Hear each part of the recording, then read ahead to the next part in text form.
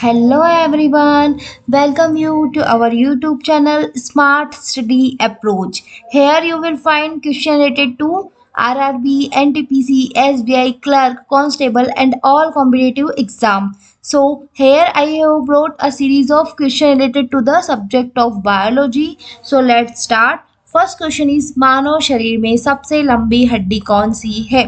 Option is femur, tibia, humerus या radius. So right option हो जाएगा हमारा फीमर. फीमर जो है वो हमारी पैरों की जो जांग होती है वहाँ उसको जांग की हड्डी भी बोल सकते हैं और यह मानव शरीर की सबसे लंबी और सबसे मजबूत हड्डी है. अगर हम बात करें टीबिया की तो टीबिया पिंडली की हड्डी यानी पैर की दूसरी सबसे लंबी हड्डी है. टीबिया के साथ में एक और हड्डी जुड़ी हुई रहती है जिसको हम फिबुला बोलते हैं. ठीक है. जो ह्यूमरस है वो हमारे ऊपरी बाह की हड्डी है और जो रेडियस है वह भी दो हड्डियों से जुड़ी हुई हमारे हैंड में लगी हुई है. रेडियस के साथ एक अल्ला भी होती है. ये दोनों साथ में रहती है. हाथ की हड्डियां हैं ये.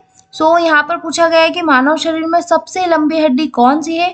तो सबसे लंबी हड्डी हमारी फीमर है. ठीक है. नेक्स्ट वन इज कौन सा रक्त प्रकार सार्वभौमिक प्राप्तकर्ता यूनिवर्सल रिसिपिएंट है? मतलब जो सभी से अपना मतलब ब्लड ले सकता है ऐसा रिसिपिएंट के बारे में, सार्वभौमिक प्राप्तकर्ता के बारे में पूछा गया है.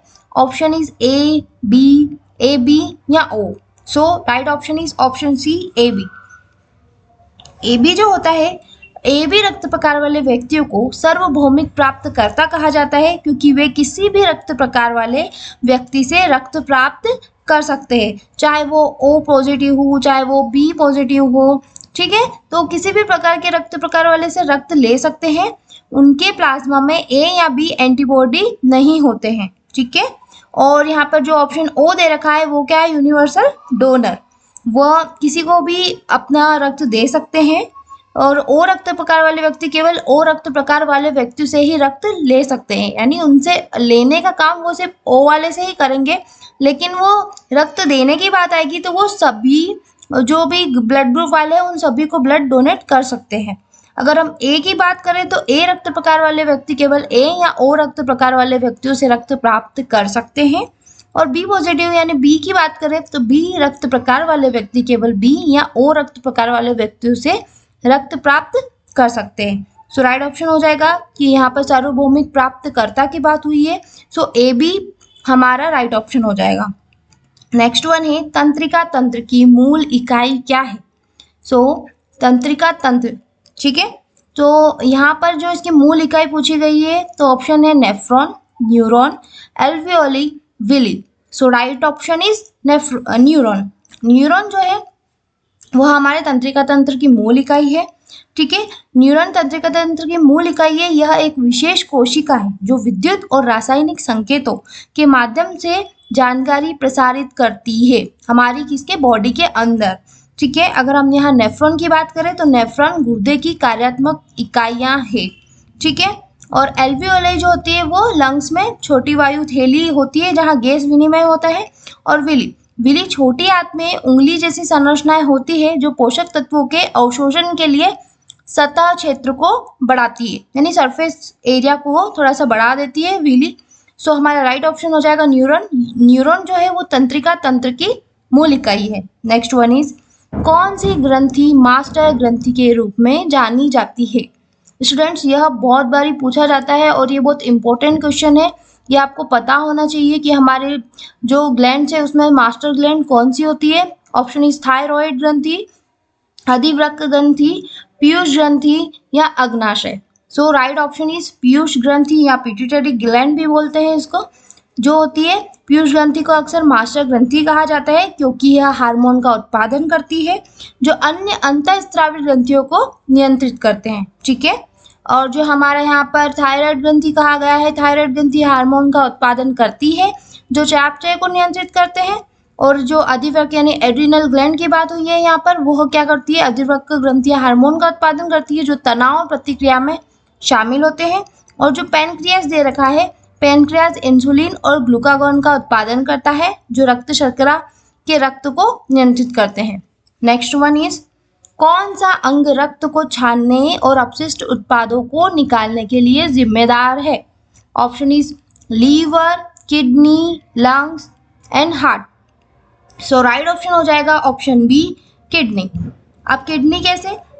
गुर्दे रक्त को छानने, अपशिष्ट उत्पादों को निकालने और मूत्र का उत्पादन करने के लिए रिस्पॉन्सिबल होते हैं। So right option is kidney. अगर हम यहाँ लीवर की बात करें तो लीवर का काम क्या है?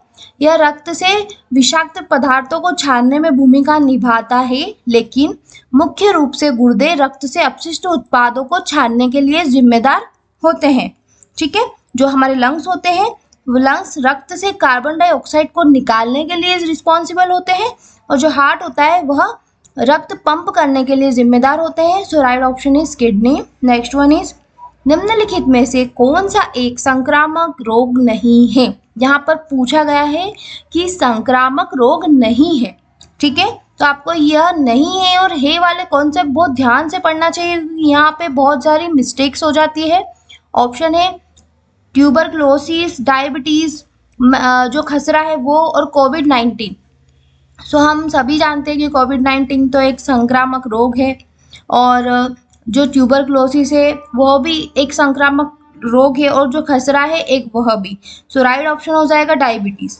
डायबिटीज जो है वह गैर संक्रामक रोग है, जो तब होता है जब शरीर में पर्याप्त इंसुलिन का उत्पादन नहीं करता है या प्रभावी ढंग से इंसुलिन का उपयोग नहीं कर पाता है। ठीक है, so right option is diabetes. Next one is आनुवंशिकता की मूल इकाई क्या है? आनुवंशिकता की मूल इकाई का पूछा गया है। ऑप्शन इज गुणसूत्र, जीन, डीएनए, आरएनए। सो यहाँ पर दे रखा है कि जो गुणसूत्र होते हैं, डीएनए होते हैं, आरएनए होते हैं, ये क्या होता है? इनके मटेरियल्स होते हैं, लेकिन जो हमारी इकाई का पूछा गया है यह जीन होती है। ठीक है, याद रखिएगा कि आनुवंशिकता की मूल इकाई जीन होती है, और जीन आनुवंशिकता की मूल इकाई है। यह डीएनए का एक खंड है जो एक विशिष्ट प्रोटीन या आरएनए अणु के लिए कोड करता है। So right option is gene. Next one is मानव शरीर में सबसे कठोर पदार्थ कौन सा है? ऑप्शन इज हड्डी, second one is enamel, third one is cartilage and fourth है नाखून। सो हमारा राइट ऑप्शन हो जाएगा इनेमल। जो इनेमल होता है हमारा, दंत वल्क भी बोलते हैं इसको, जो दांतों की बाहरी परत होती है। ठीक है, मानव शरीर का सबसे कठोर पदार्थ है। यह अत्यधिक खनिजीकृत होता है, मुख्य रूप से हाइड्रोक्सी एपेटाइट से बना होता है। ठीक है, अगर इनमें हड्डी की बात करें तो हड्डियां कठोर होती है, लेकिन दंत वल्क जितनी नहीं, मतलब हड्डियां भी कठोर है लेकिन जो हमारी इनेमल है उसके कंपैरिजन में कम। जो हमारी कार्टिलेज होती है, जिसको हम उपास्थि बोलते हैं, यह एक लचीला संयोजी ऊतक है जो हड्डियों के बीच एक कुशन प्रदान करता है। और जो हमारे नाखून यानी नेल्स होते हैं, केरोटीन से बने होते हैं, जो एक प्रोटीन है, लेकिन यह दंत वल्क जितना कठोर नहीं होता है। सो जो हमारे शरीर का सबसे कठोर पदार्थ है वो होता है इनेमल। नेक्स्ट वन इज कौन सी प्रक्रिया पौधों में वाष्पीकरण द्वारा पानी की हानि है? कौन सी प्रक्रिया पौधों में वाष्पीकरण द्वारा पानी की हानि है? ऑप्शन इज वाष्पोत्सर्जन, बिंदु स्त्राव, प्रकाश संश्लेषण, श्वसन। सो राइट ऑप्शन इज वाष्पोत्सर्जन। यह क्या होता है? वाष्पोत्सर्जन पौधों में वाष्पीकरण द्वारा पानी की हानि है, मुख्य रूप से पत्तियों में रंध्रों के माध्यम से। जो हमारी प्लांट्स में पत्तियां प्रेजेंट होती है उनके अंदर छोटे छोटे रंध्र होते हैं, उन रंध्रों के प्रेजेंस होने से वो पानी का उत्सर्जन यानी पानी का वाष्प के रूप में उत्सर्जन करते हैं, जिसको वाष्पोत्सर्जन बोलते हैं। यही इसका राइट ऑप्शन हो जाएगा। इससे क्या होता है? पानी मतलब निकलता है, जिससे पानी की हानि हो जाती है। अगर यहाँ ऑप्शन दे रखे हैं बिंदु स्त्राव, तो यह पत्तियों के किनारों से पानी की बूंदों का निकलना है, मतलब इसमें पानी की बूंदें निकल रही है। प्रकाश संश्लेषण है यह प्रक्रिया जिसके द्वारा पौधे सूर्य के प्रकाश, पानी और CO2 का उपयोग करके भोजन बनाते हैं। श्वसन की बात करें तो यह वह प्रक्रिया है जिसके द्वारा जीव ऊर्जा प्राप्त करने के लिए भोजन को तोड़ते हैं। ठीक है, सो नेक्स्ट वन इज कौन सी संरचना पौधों को सहारा देती है और उन्हें सीधा रखती है? ऑप्शन इज जड़, तना, पत्ती, फूल। सो राइट ऑप्शन इज तना। जो तना होता है वो क्या करता है? पौधों को सहारा देता है और उसे सीधा रखता है। इसमें संवहनी ऊतक यानी जाइलम और फ्लोएम भी होते हैं, जो पानी, पोषक तत्वों, शर्करा का परिवहन करते हैं। और जो जड़ होती है वो पौधे को जमीन से लंगर डालती है और पानी और खनिजों को अवशोषित करती है, लेकिन वे सीधे पौधे को सहारा नहीं देती है। जो पत्तियां होती है वो प्रकाश संश्लेषण के लिए रिस्पॉन्सिबल होती है और फूल जो होते हैं वो प्रजनन के लिए जिम्मेदार होते हैं। ठीक है। नेक्स्ट वन है कि अगर आपको हमारे यह कंटेंट पीडीएफ के फॉर्म में चाहिए तो आप हमारा टेलीग्राम चैनल ज्वाइन कर सकते हैं। और अगर आपको करंट अफेयर से रिलेटेड कोई भी क्वेश्चंस या आप सीरीज देखना चाहते हैं तो हमारा व्हाट्सएप चैनल निशुल्क ज्वाइन कर सकते हैं। Thank you students.